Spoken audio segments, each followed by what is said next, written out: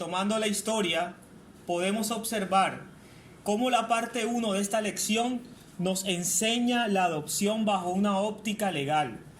Nos muestra que somos hijos de Dios por medio de Cristo. Por medio de Cristo somos herederos.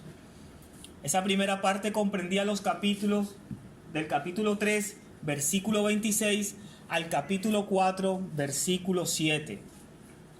En la segunda parte estudiamos cómo el correcto entendimiento de esta filiación nos evita establecer justicia a nuestra adopción. Recuerden que ganarse uno mismo la salvación por medio de la escrupulosa religión y moralidad bíblica es esclavitud e idolatría, tan fuerte como el paganismo con toda su inmoralidad. Eso lo estudiamos en el capítulo 4, versículos del 8 al 20. Hoy es oportuno recordar que Pablo les ha enseñado a los cristianos de Galacia que fueron completamente hijos de Abraham en el momento en que creyeron en Cristo. Los falsos maestros les habían enseñado que tenían que someterse a todas las leyes del Antiguo Testamento, incluyendo la circuncisión, para ser verdaderos hijos de Abraham. Estudiaremos cómo Pablo hace su argumento de manera culminante, comparando a los dos hijos de Abraham, Ismael e Isaac. Entonces, vamos a abarcar los versículos del capítulo 4 a partir del versículo 21 hasta el versículo 31. Quiero que me acompañen a leer la palabra de Dios. Repito, Gálatas capítulo 4, versículos 21 al 31. Esa es la porción de los Gálatas que es objeto de estudio en esta noche. Leeré en la versión de las Américas, para los que tienen otra versión. Dice la palabra de Dios: decidme, los que deseáis estar bajo la ley, ¿no oís la ley? Porque está escrito que Abraham tuvo dos hijos, uno de la sierva y otro de la libre. Pero el hijo de la sierva nació según la carne, y el hijo de la libre por medio de la promesa. Esto contiene una alegoría, pues estas mujeres son dos pactos. Uno procede del monte Sinaí, que engendra hijos para ser esclavos. Este es Agar. Ahora bien, Agar es el monte Sinaí en Arabia y corresponde a la Jerusalén actual, porque ella está en esclavitud con sus hijos. Pero la Jerusalén de arriba es libre. Esta, le dice Pablo a los Gálatas, es nuestra madre, porque escrito está: regocíjate, oh estéril, la que no concibes, prorrumpe y clama, tú que no tienes dolores de parto, porque más son los hijos de la desolada que de la que tiene marido.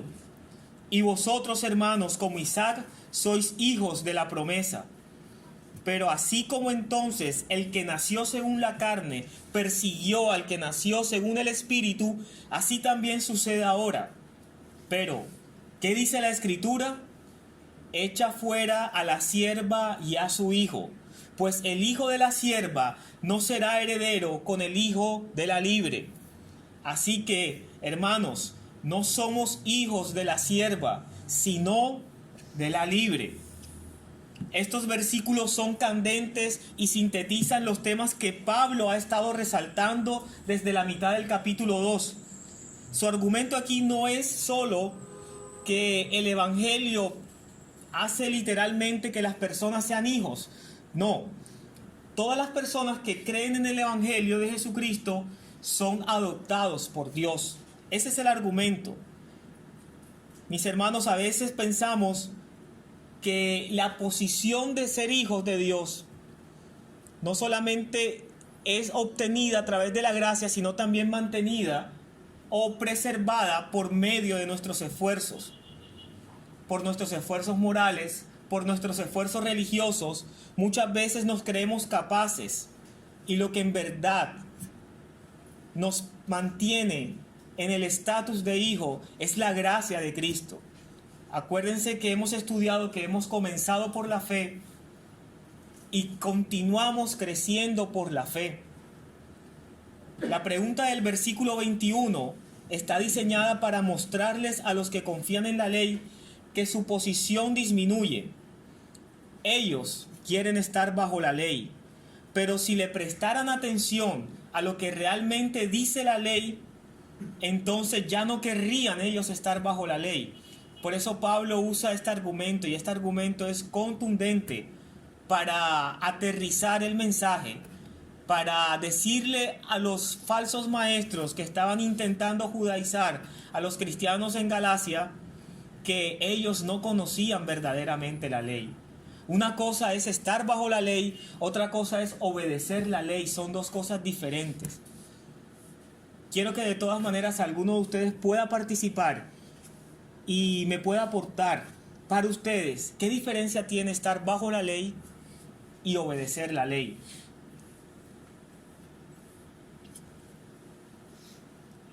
Pablo, para ayudarlos un poco, se dirige específicamente a los que quieren estar bajo la ley. Él está mirando a los ojos a aquellos cristianos de Galacia que se han convencido que para ser aceptables a Dios necesitan agregar su propio mérito a la obra de Cristo. Eso es estar bajo la ley. De forma más sencilla, son aquellas personas que intentan ganar su salvación a través de las obras. No es más nada. Y es diferente a los que obedecen la ley, porque aquellos que obedecen la ley no lo hacen con el propósito de ganar su salvación, lo hacen porque Dios ha puesto y ha escrito la ley en sus corazones. Él ha cambiado el corazón de piedra y ha puesto en aquellos creyentes un corazón de carne, para poder obedecer la ley con agrado. Tal vez no de manera perfecta, pero siempre lo he recalcado de manera sincera y genuina. La palabra ley con frecuencia se usaba para referirse al Antiguo Testamento en su totalidad. Así que Pablo regresa a la historia de Agar y Sara, que probablemente era usada por los falsos maestros cuando decían a los Gálatas: ustedes realmente no son hijos de Abraham, a menos que obedezcan toda la ley de Moisés. Ese argumento lo usaban los falsos maestros, pero Pablo está usando el mismo argumento para decirles: ustedes son hijos de la esclava, no de la libre. Pablo está usando el mismo argumento para decirle: nosotros podemos ser hijos de Abraham, pero el relacionarse con Abraham tiene dos connotaciones, o lo podemos hacer de dos formas distintas. Te puedes relacionar con Abraham siendo hijo de la esclava o siendo hijo de la libre. Pablo les paga con la misma moneda y les recuerda: Abraham tuvo dos hijos, uno de la esclava y uno de la libre. Ahora, centrémonos en lo que dice el versículo 23 y vamos a responder la pregunta número 7 que está en la guía. ¿Cuáles son las diferencias, dice la pregunta, entre los nacimientos de estos dos hijos? Repito la pregunta: ¿cuáles son las diferencias entre los nacimientos de estos dos hijos? Para responder la pregunta solamente hay que ir al versículo. Dice el versículo 23: pero el hijo de la sierva nació según la carne, y el hijo de la libre por medio de la promesa. Abraham tuvo dos hijos, Ismael e Isaac, de dos mujeres distintas, y nacieron en circunstancias muy diferentes, las cuales son cruciales para entender el argumento que Pablo está presentando aquí a los Gálatas. Dios había prometido que le daría a Abraham un heredero para que viviera en la tierra que Dios le mostraría. Pero ahora Abraham era anciano. Su esposa era estéril, Sara, y él había vivido en esta tierra durante una década sin tener hijos. ¿Quién le iba a heredar a Abraham?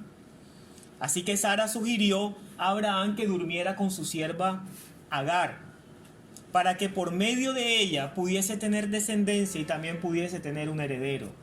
Para ellos en ese momento era imposible ejecutar la promesa de Dios, porque estaban viendo su condición actual. Abraham era anciano, Sara era anciana, y además de anciana, era estéril.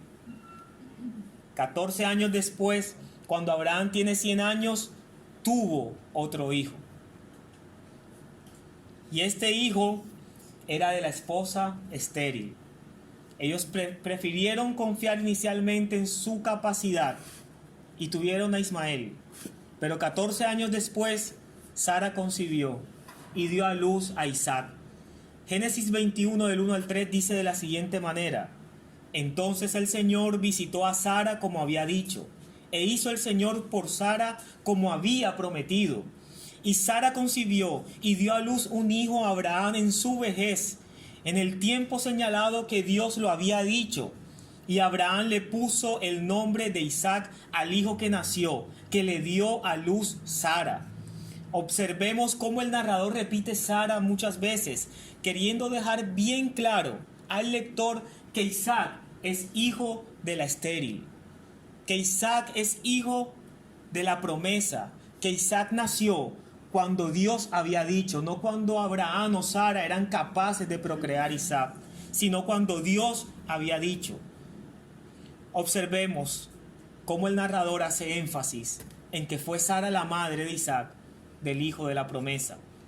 Abraham sabía que tendría un hijo que sería su heredero y portador del linaje y traería este linaje salvación al mundo. Los judíos sabían que ellos eran hijos de Abraham, descendientes a través de Isaac. Eso es el entendimiento correcto de la descendencia. En ese momento, ellos tenían claro que eran descendientes de Isaac, eran herederos de la promesa. Es por eso que las palabras de Pablo en el versículo 24 y 25 son revolucionarias. Son muy fuertes las palabras de Pablo en estos dos versículos. Es como si yo les dijera en este momento, un ejemplo: hermano, tú no eres hijo de tu papá. Cuando tú tienes, tal vez tu aspecto físico es el de tu padre, la sangre es la de tu padre, tal vez tienes una prueba de ADN que confirma que él es tu padre, y Pablo les dice: no, ustedes no son hijos de la libre, ustedes no son hijos de la promesa, ustedes son hijos de la esclava. Esto es revolucionario en ese momento, pero Pablo tenía que ser claro. Pablo tenía que ser contundente con esta declaración. Ahora, ¿qué dice Pablo que representa cada uno o cada una de estas madres? Pregunta número 8. ¿Qué dice Pablo que representa cada una de las madres? Solo basta con ir a los versículos 24 al 25 y un poco más, leamos hasta el 26. Dice el versículo 24: esto contiene una alegoría, pues estas mujeres son dos pactos. Uno procede del monte Sinaí, que entrega hijos para ser esclavo. Esta es Agar. Ahora bien, Agar es el monte Sinaí en Arabia y corresponde a la Jerusalén actual, porque ella está en esclavitud con sus hijos. Pero la Jerusalén de arriba es libre. Esta es nuestra madre. Los falsos maestros les estaban diciendo a los cristianos de Galacia que para ser verdaderos hijos de Abraham, herederos de la promesa, tenían que volverse judíos. Y eso lo hemos visto desde el principio de la carta. Eso lo hemos visto muy enfáticamente incluso a partir del capítulo 2.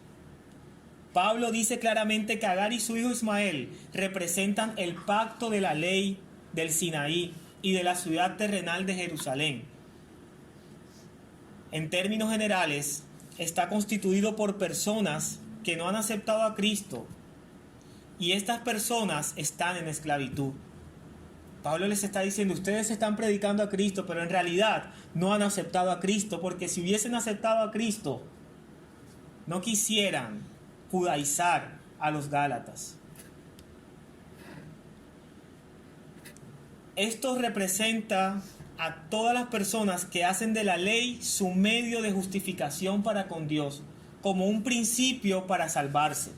Pero Sara, la libre, cuyo hijo nació del cumplimiento de la promesa, no tiene nada que ver con la Jerusalén terrenal.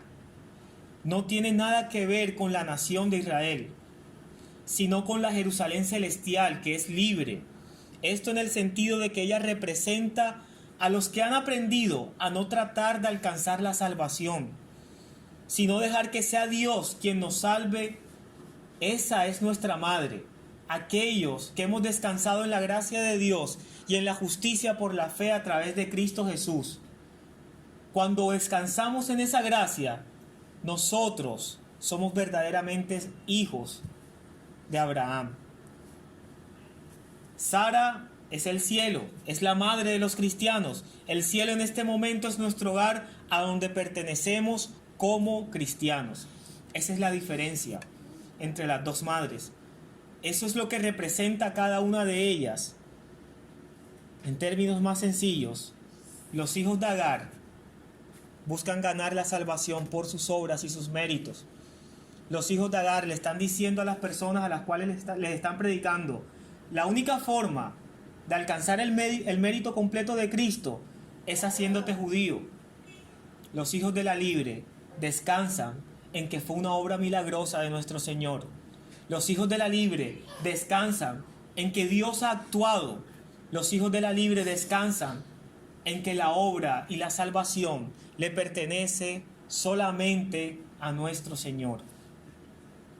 Ahora, hay otra pregunta que es la 8.1, podríamos decirlo. Vamos a ubicarnos en ella. Dice: ¿cuánta fe necesitaba Abraham para tener un hijo de Agar? ¿Y cuánta fe necesitaba para tener un hijo de Sara? ¿Alguien quiere participar?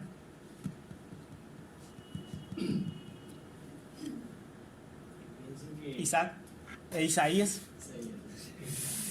¿Cómo estamos hablando de Isaac? Que era una promesa que Jesús había hecho a Abraham de que le iba a dar un heredero.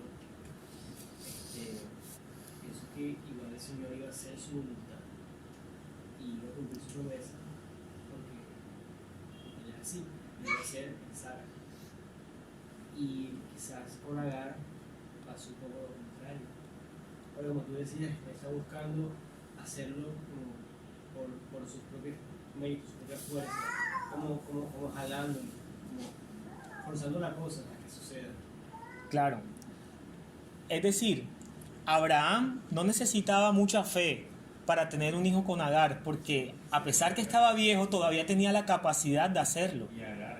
Y Agar era fértil, correcto. Yo digo que la fe la tenía que tener era con Sara, porque ella era la estéril. Correcto. No solamente era estéril, sino que a pesar que era estéril, estaba muy anciana. O sea, era algo imposible. Por eso, o sea, que a eso es lo que digo, que ahí es donde tenía que tener la fe para poder llegar a creer en la promesa de nuestro Señor. Al dormir con Agar, Abraham estaba escogiendo depender de sus propias capacidades. Estaba optando por obrar y ganar a su hijo. Por tal motivo, de acuerdo a la situación que se presenta en Galacia, Pablo quiere ser enfático y que los gálatas sintieran la fuerza de su apreciación, de que Agar, no Sara, corresponde a la Jerusalén actual. Por otro lado, observamos que Sara era una mujer estéril y muy anciana, y se requería un acto extraordinario y sobrenatural de Dios para que un hijo naciera de esa manera. Mis hermanos, de las mismas condiciones nació el Salvador del mundo, en condiciones imposibles. Esta persona no era estéril, pero María no tenía marido. No había quien fecundara, no había una simiente en ese momento para nosotros. Pero Dios, que obra milagrosamente en la vida de cada uno de nosotros, obró de acuerdo a su plan de redención para nosotros, a través de lo imposible. Tal como hizo con Sara, también hizo con María. Tal como hizo con Sara, que cumplió su promesa y nació el hijo de la promesa, por el cual serían benditas todas las naciones de la tierra, incluyéndonos a ti y a mí. También lo hizo a través de María y nació el Salvador del mundo, que es el verdadero cumplimiento de la promesa que le hizo a Abraham. Jesucristo es el verdadero Isaac y por él tenemos redención. Se necesita tener fe, y no una fe como la de los demonios, sino la fe que Dios da a cada uno de nosotros como don, para poder creer que Dios obra de manera sobrenatural para alcanzarnos a cada uno de nosotros. Abraham necesitaba creerle a Dios, no creer en Dios solamente. Y es por eso que la Biblia dice que Abraham es amigo de Dios, porque le creyó a Dios y su fe le fue contada por justicia.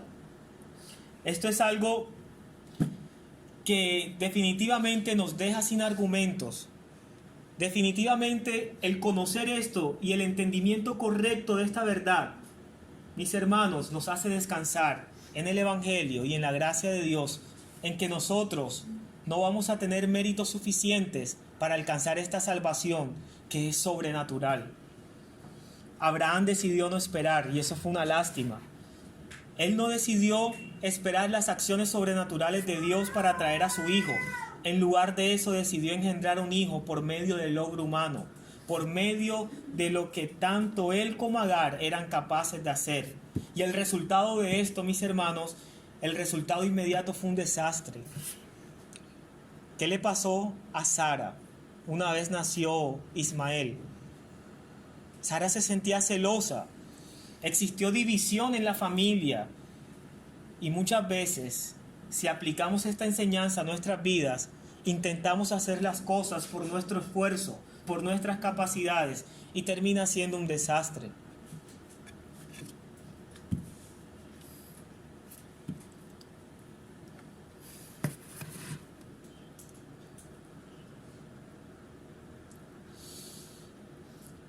Es el Evangelio, mis hermanos. El verdadero descanso para nuestras almas. La pregunta 8.2 dice de la siguiente manera: los residentes de Jerusalén habrían pensado en Sara como su madre y en Agar como la madre de los gentiles injustos. ¿Cómo le da esto una fuerza extra a lo que Pablo dice aquí? Sencillo. Con el paso de la historia, los conflictos y la guerra entre los descendientes de Isaac e Ismael continúan. Hoy vemos que Ismael representa a los árabes. De acuerdo con la tradición, Ismael es el padre de los árabes. Por eso Pablo se refiere al monte Sinaí en Arabia. Los que dependen de la ley, monte Sinaí, están fuera del pueblo de Dios, Arabia. Eso es lo que quiere decirle Pablo a los gálatas que se están dejando judaizar y a los falsos maestros que están impartiendo un evangelio invalidado. Isaac fue el padre de los judíos y es por eso que Pablo es enfático y dice: si ustedes verdaderamente confían en el evangelio y en la gracia de Dios, ustedes son hijos de Abraham a través de Isaac, hijos a través de la promesa. Abraham no confió en la gracia y en la providencia de Dios. Abraham decidió ser capaz y actuar. Abraham confió en su propia habilidad. Cuando no descansamos en Dios, sino que más bien buscamos ser nuestros propios salvadores, el resultado es el caos y la desintegración espiritual de nuestras vidas, psicológica y relacional. Y eso pasó dentro de la familia de Abraham, cuando decidió actuar por su cuenta. Aunque los falsos maestros orgullosamente se consideraban la herencia de Abraham por Sara e Isaac, Pablo dice que espiritualmente descienden de la mujer esclava, la gentil, la marginada. Su corazón y su acercamiento a Dios se parecen al de Abraham con Agar. El fruto de sus vidas es como Ismael, solo esclavitud. Eso le está diciendo Pablo a los falsos maestros y a los gálatas. Aunque por su raza desciendan de Sara, en su alma y en su corazón son como los pueblos que ellos mismos desprecian. Ese es el mensaje y es un mensaje fuerte. Y como les decía el jueves anterior, Pablo no enfatiza y toda su energía en hablarle simplemente a los falsos maestros. Él se desgasta y está preocupado por hablarnos a nosotros, los creyentes, porque teme por nosotros. El hijo de Agar representa a los que buscan la salvación por obra. Sara representa confiar en la salvación por la gracia de Dios. Es bueno tenerlo claro, porque de allí depende nuestro descanso. Porque de allí depende un correcto entendimiento del Evangelio y también de allí dependerá que tomemos decisiones acertadas. De allí dependerá que creamos verdaderamente en Dios. Esta es una analogía realmente interesante. El Evangelio consiste en que no intentemos alcanzar una justicia en nuestras habilidades. Más bien, hemos de recibir la justicia provista mediante actos sobrenaturales de Dios. Un nacimiento milagroso, una muerte por el pecado y una resurrección de Cristo que derrota la muerte. Eso es un acto milagroso de Dios. Eso no tiene explicación, mis hermanos. Ahora muestra que el Evangelio de gracia a la estéril no solo surge de una lectura figurada de Agar y Sara. Mis hermanos, no simplemente es una alegoría, no es simplemente una comparación o algo que Pablo utiliza para enseñar. Es el Evangelio que corre a través de las Escrituras del Antiguo Testamento, porque es Cristo mismo representado en Isaac. Y eso le está diciendo Pablo a los Gálatas, mucho tiempo después. Ustedes no están rechazando a Isaac, ustedes rechazan a Cristo. Si buscan continuar su vida por sus méritos y por sus obras, están rechazando a Cristo. No son hijos de la libre, sino son hijos de esclavitud. Dios escoge salvar al mundo a través de la estéril. Pablo está diciendo que el Evangelio de la gracia es especialmente para los estériles. Los capaces y los fértiles piensan que pueden alcanzar la salvación sin Dios y por eso rechazan el Evangelio de la gracia. Hay una sorpresa más en estos versículos. Es tal vez lo último que Pablo quiere enseñar, una lección final entre Ismael e Isaac. Dice la pregunta número 9, ¿qué está Pablo diciendo o qué está diciendo Pablo que deben esperar los Gálatas? Versículos 28 y 29. Y vosotros, hermanos, como Isaac, sois hijos de la promesa, pero así como entonces el que nació según la carne persiguió al que nació según el Espíritu, así también sucede ahora. Pablo está declarando rotundamente que los hijos de la esclava, los que buscan la salvación por medio de la obediencia a la ley, siempre perseguirán a los hijos de la mujer libre, los que disfrutan la salvación por la gracia. Los Ismaeles perseguirán a los Isaacs. John Stott lo dice de la siguiente manera: la persecución de la iglesia verdadera no siempre viene por parte del mundo, no siempre viene de afuera, sino por parte de nuestros medios hermanos, la gente religiosa, la iglesia de nombre. Los mayores enemigos de la fe evangélica hoy en día no son los incrédulos, sino la iglesia, la institución, la denominación, la jerarquía. Ismael siempre se burla y persigue a Isaac, y eso está pasando en el día de hoy. No permitamos que nos volvamos como Ismael. Ahora, ¿por qué las personas, tanto no religiosas como religiosas, necesitan el Evangelio? Es simple. Las personas religiosas están rechazando a Jesús como el Salvador, porque todas sus obras religiosas son esfuerzos para merecer el favor de Dios. Su propio mérito es su Salvador. Jesús puede ser un ejemplo o un ayudante, pero nunca será su Salvador, sino su esfuerzo y su habilidad, su capacidad. Pero las personas irreligiosas también están adorando algo. Todos necesitamos un sentimiento de valor y las personas no religiosas también lo necesitan. Tal vez están adorando su propio éxito, tal vez están adorando los placeres de esta vida, tal vez están adorando su perfección moral. Pero mis hermanos, ambos buscan mantener la independencia de Dios, negando que seamos pecadores como para que necesitemos un Salvador. Ambos le están diciendo a Dios: no te necesito, yo puedo ser mi propio Salvador. Pero como lo he dicho antes, Pablo teme, no por los irreligiosos o los no religiosos, sino por los religiosos, porque ellos creen estar cerca de Dios. Y Pablo les está diciendo: ustedes están más alejados de Dios que las personas no religiosas. Y esa fue la enseñanza anterior. Esta religiosidad es tan grave o mucho más grave que el paganismo con toda su inmoralidad. Y por eso Pablo teme. Buscamos ganar nuestro propio valor. Somos Ismaeles y los Ismaeles siempre están en esclavitud. A eso conduce la confianza en uno mismo. Solo los Isaacs, los hijos de la promesa, viven verdaderamente libres.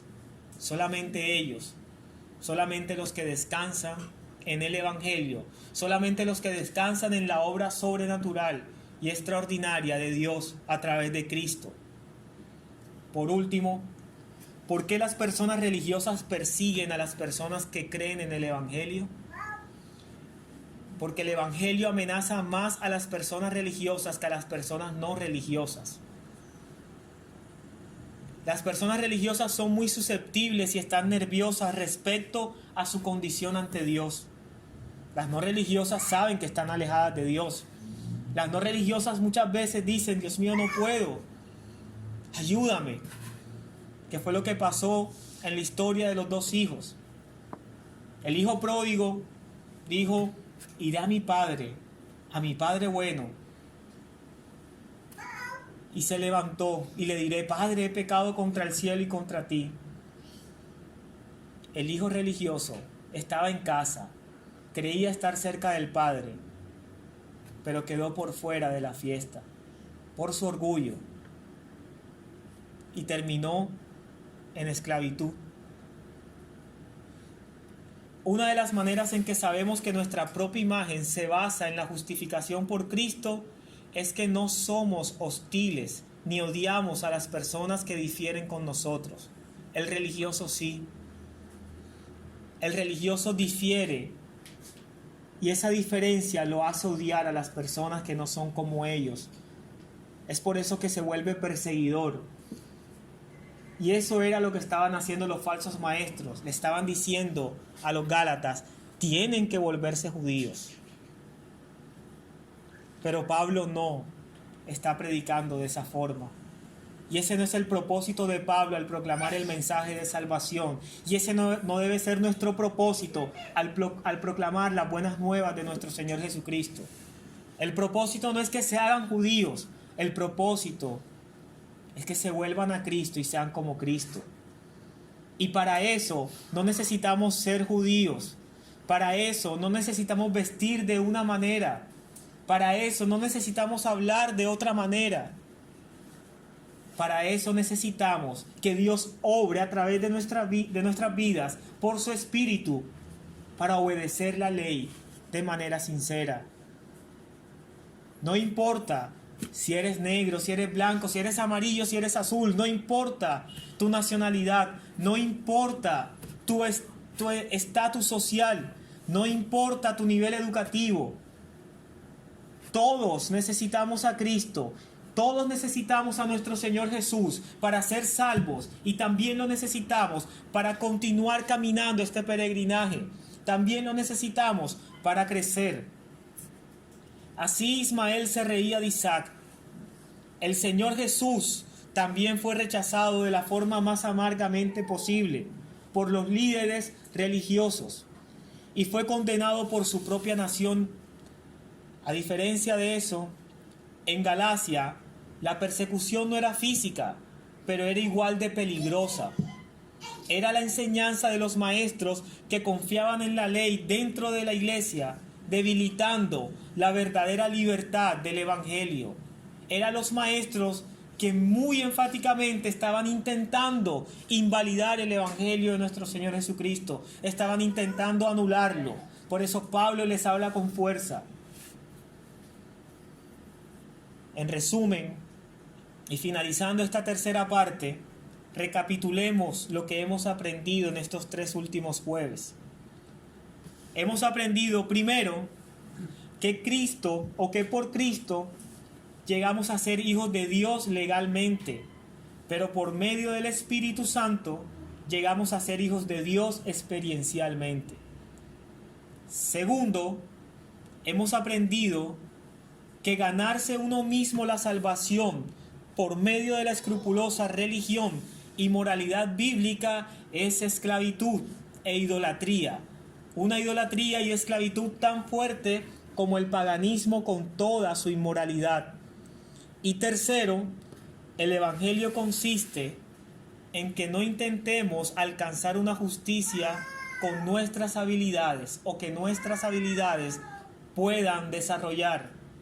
Más bien, hemos de recibir una justicia provista mediante actos sobrenaturales de Dios en la historia, un nacimiento milagroso, una muerte por el pecado y la resurrección de Cristo que derrota la muerte y nos da salvación.